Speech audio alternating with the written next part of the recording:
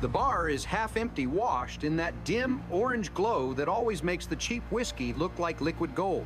Archie Bunker sits in his usual corner, nursing a drink he doesn't really want, listening to a jukebox that hasn't been updated since the Eisenhower years. Outside Queens hums, with the noise of a city moving on without him. New buildings, new people, new rules. Inside, everything stands still. The men around him talk about the Mets, about the price of gas, about nothing at all. But Archie is somewhere else entirely, thinking about a waitress with laughing eyes and a voice that still echoes in the back of his mind like the chorus of an old song he can't stop humming. Denise was the kind of woman who smiled with her whole face, the kind who called every man sweetheart but made each of them believe she meant it just for him. For Archie, she was a reminder of a time when he was still sharp, when his jokes landed, when women laughed, not out of politeness, but out of genuine delight. She called him cute. No one had called him that in years. The word hit him like sunlight through dirty glass, warm, unexpected, dangerous. At home, Edith was folding laundry. The television murmured in the background.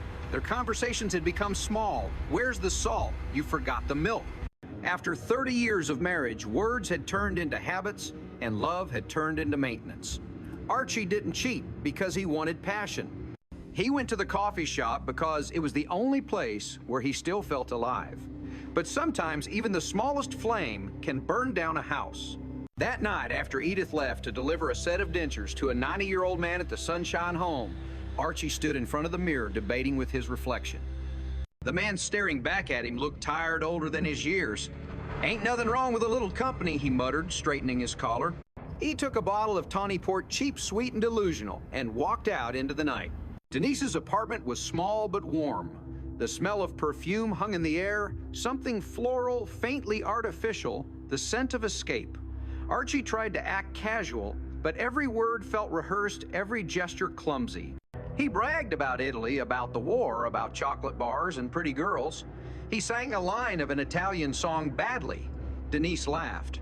For a moment, he believed it was all right to feel wanted again. But when the delivery boy arrived, a kid with slick hair and knowing eyes, Archie saw himself reflected in the smirk of youth. "Have yourself a ball," the boy said. And suddenly, the room felt too small, the lights too bright, and the wine too sweet. He left before anything happened. But something had already happened. The line between thought and action had blurred, and Edith's trust, though she didn't know it yet, had cracked. When he came home, she was waiting with her gentle smile and her endless patience.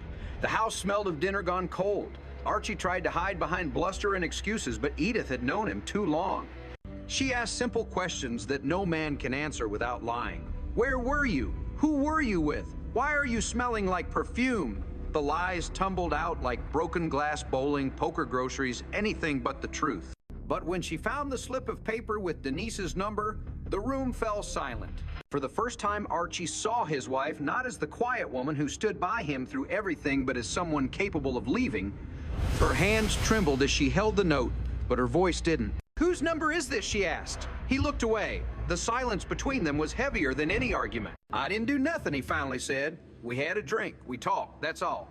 But Edith wasn't angry about the act. She was hurt by the choice. "You kissed her," she whispered. He didn't answer. She walked to the door slowly, like someone moving through water. "The one thing I could always count on was you," she said. "Now I can't count on you no more." And then she left. Days passed, though they felt like years. Archie tried to fill the silence with noise.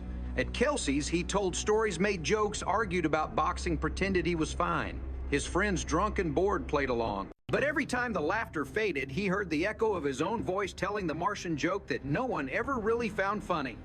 The bar smelled of stale beer and loneliness.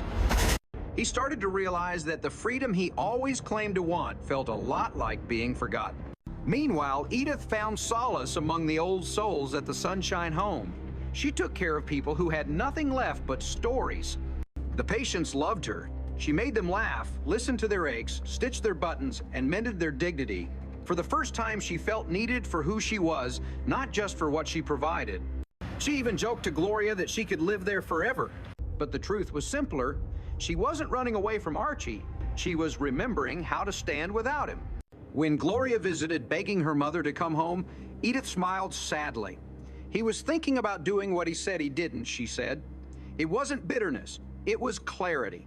Archie's betrayal had taught her something profound, that love without respect is just habit, and habit without honesty is just survival. Archie, stubborn as ever, refused to apologize. Pride had always been his armor, and now it became his cage. But pride has a way of cracking when it's left alone too long. One night, standing in front of the quiet house, he realized he missed her voice. The way she'd ask, "Is that you, Archie?" Even when she knew it was him. It was a small thing, but in that smallness lived the comfort of a lifetime. He finally went to see her, not with flowers or speeches, but with awkward small talk about painting the porch. They spoke like strangers who still remembered the same dreams. "Was she pretty, Edith?" asked eyes steady.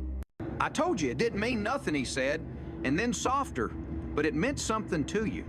The truth hung there between them, gentle and devastating. Then, in that half-darkness, Archie did something he'd never done before. He reproposed. "Do you, Edith Baines, take Archie Bunker to be your lawfully wedded husband until you can't take him no more?" he asked, his voice breaking halfway through. She smiled, repeating the line, "Until I can't take you no more." It wasn't romantic, it was real. Two people acknowledging the weight of years, the fragility of forgiveness, and the strange, stubborn love that refuses to die. They went home. Life resumed uneven and fragile. And then the next blow came work. 30 years on the loading docks, 30 years of sweat and loyalty, and one morning it was all gone. The company lost a contract, the men lost their jobs, and Archie lost the only thing that ever made him feel secure. At the unemployment office, surrounded by strangers, he filled out forms that turned his life into statistics. The young clerk behind the counter looked at him like a relic. "We don't have anything for you right now," she said, reciting words she didn't mean. Archie tried to fight the humiliation with humor, but the cracks showed. "If the system can make a job for you," he said, "how come it can't make one for me?" The line meant as a joke was a scream disguised as comedy. Behind his bluster, Archie represented a dying generation, the men who built America's machines and were now discarded by them. The laughter of the audience wasn't just amusement, it was mourning. He had become a living symbol of obsolescence. When he came home that night, Edith was waiting. She'd set the table, her hands trembling, as she pretended everything was normal. The smell of cabbage and sausage filled the room. He didn't know how to tell her. "I got canned today," he finally muttered. "Fired, fired, fired." The word hung heavy in the air. For a moment, he wasn't Archie the loudmouth or the bigot or the fool. He was just a man scared of being nothing. Edith reached for his hand. "Everybody needs comfort and love," she said softly. "That don't make you a baby. It makes you more of a man." He looked at her, then really looked, maybe for the first time in years. The lines on her face, the kindness in her eyes, the quiet strength that had held him up all his life, she was still there. And he realized that while he'd spent years trying to prove he didn't need her, she had been the only thing keeping him human. That night after dinner, she sang softly while washing the dishes, an old tune from their youth. Archie sat in his chair pretending to read the paper, but really he was listening.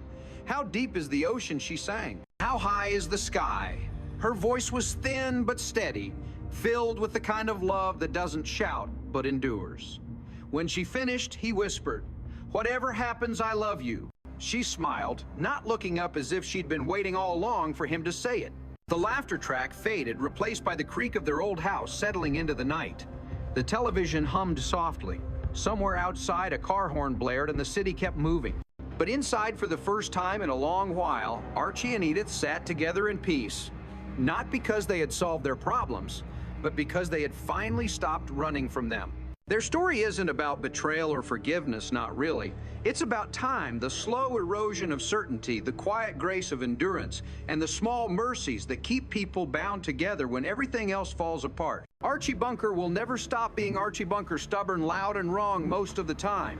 But in this moment, stripped of pride and jokes, he becomes something rarer, a man learning, however late, what love truly costs. And as the old theme song plays one last time, boy, the way Glenn Miller played, it feels less like nostalgia and more like an elegy. A farewell to a generation of men who believed that strength meant silence, that love was obedience, that the world owed them permanence. The America Archie misses is gone. The America Edith represents the quiet, compassionate, resilient one, is what remains. The camera lingers on their living room, the worn-out couch, the framed wedding photo, the soft light spilling from the kitchen. Two people older now sitting side by side in a world that has moved past them, but not entirely without them. For all his faults, Archie Bunker endures. For all her pain, Edith Bunker forgives. And in that fragile, flickering balance between regret and grace, the story of a whole country is told. The night air in Queens carried the faint smell of gasoline and rain. Streetlights blinked like tired eyes, and somewhere in the distance, the subway rumbled that low, eternal hum of New York life that never really sleeps. Archie Bunker sat in Kelsey's bar, hands wrapped around a glass that had gone warm. The bar's neon sign flickered red and blue on his face, painting him like a soldier from another era stranded in peacetime. Around him, the world was moving, jukebox music, laughter, voices, but inside he was frozen.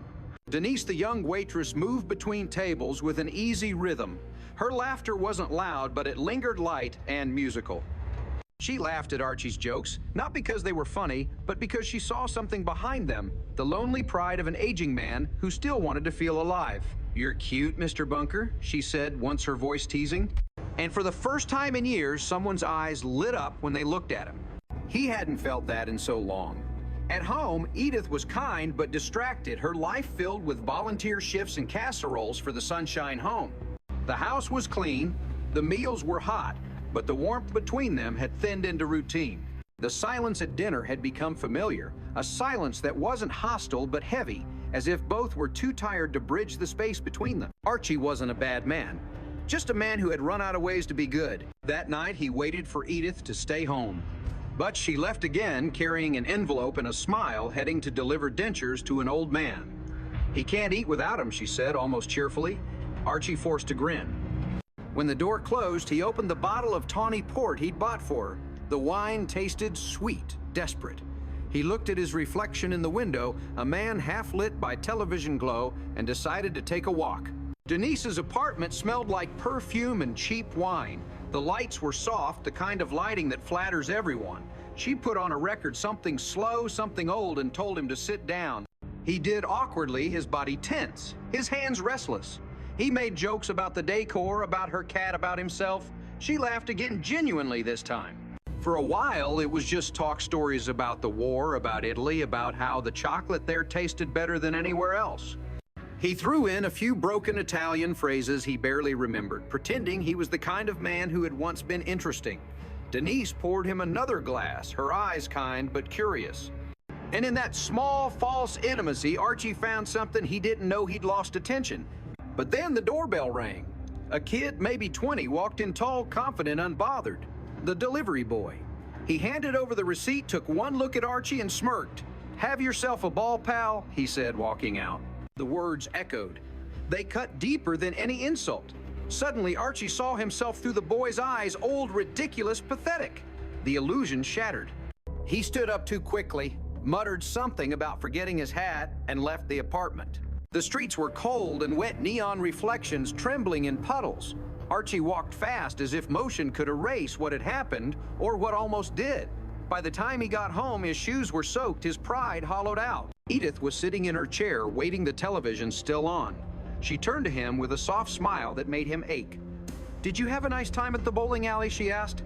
He nodded, forcing a laugh. "Yeah, we rolled a few strikes." She believed him. At least she wanted to. But later, when she did the laundry, a piece of paper fell from his pocket, a phone number written in a woman's handwriting. The confrontation came the next morning. Edith didn't raise her voice. She simply asked, "Who's Denise?" Her tone wasn't accusing, just disappointed. Archie tried to dodge, then to lie, then to joke. But the more he spoke, the smaller he became. "It didn't mean nothing," he said, finally, his voice cracking. "Nothing happened." Edith looked at him for a long time. Her eyes were tired, but not angry. "I could always count on you, Archie," she said quietly. "Now I can't count on you no more." Then she packed her bag and left. Without Edith, the house changed temperature. The air felt heavier, the walls quieter. Archie wandered from room to room looking for things to complain about, but there was no one to hear him. He went to Kelsey's every night, telling the same stories to the same men, but even they grew tired of pretending to laugh. When he came home, he'd turn on the TV and fall asleep in his chair, dreaming of nothing. Meanwhile, Edith was thriving in her own quiet way. At the Sunshine home, she became everyone's favorite visitor. She sang songs, fixed sweaters, brought joy into rooms where time had stopped. Surrounded by the elderly, she found freedom. There no one called her dingbat. No one dismissed her kindness as foolishness. She felt seen, perhaps for the first time in decades. When Gloria visited and tried to convince her to return home, Edith smiled sadly. He was thinking about doing what he said he didn't, she said, and that's enough. Archie, too proud to beg, showed up one evening anyway. The sun was setting behind the row houses, bathing everything in that soft golden light that makes even broken things look beautiful. He found Edith sitting on the porch folding laundry for the residents. For a moment, neither spoke. The sound of a distant train filled the silence. He started talking about nonsense. The color of the porch, the neighbor's new car, the Mets. Edith listened politely. Finally, she asked, "Was she pretty?" Archie froze. "I told you it didn't mean nothing." She looked down at her hands. "It meant something to me." The world seemed to stop for a second. Then Archie, fumbling, as always, tried to find a joke to hide behind. "Do you, Edith Baines, take Archie Bunker to be your lawfully wedded husband until you can't take him no more?" She laughed, that familiar fluttery laugh that once filled their home, and replied, "Until I can't take you no more." It wasn't forgiveness in words, but in tone, in breath. They went home together that night, and for the first time in a long while, Archie felt the warmth of her beside him as they slept. But peace never lasts long. A few weeks later, the factory cut its workforce. Archie came home with his lunch pail empty and his pride bruised. 30 years, he muttered. 30 years! And they tossed me out like garbage. At the unemployment office, under fluorescent lights that buzzed like flies, he sat among strangers, people with the same look of confusion he wore. The young clerk at the counter spoke to him like a child. "Fill this out, sir."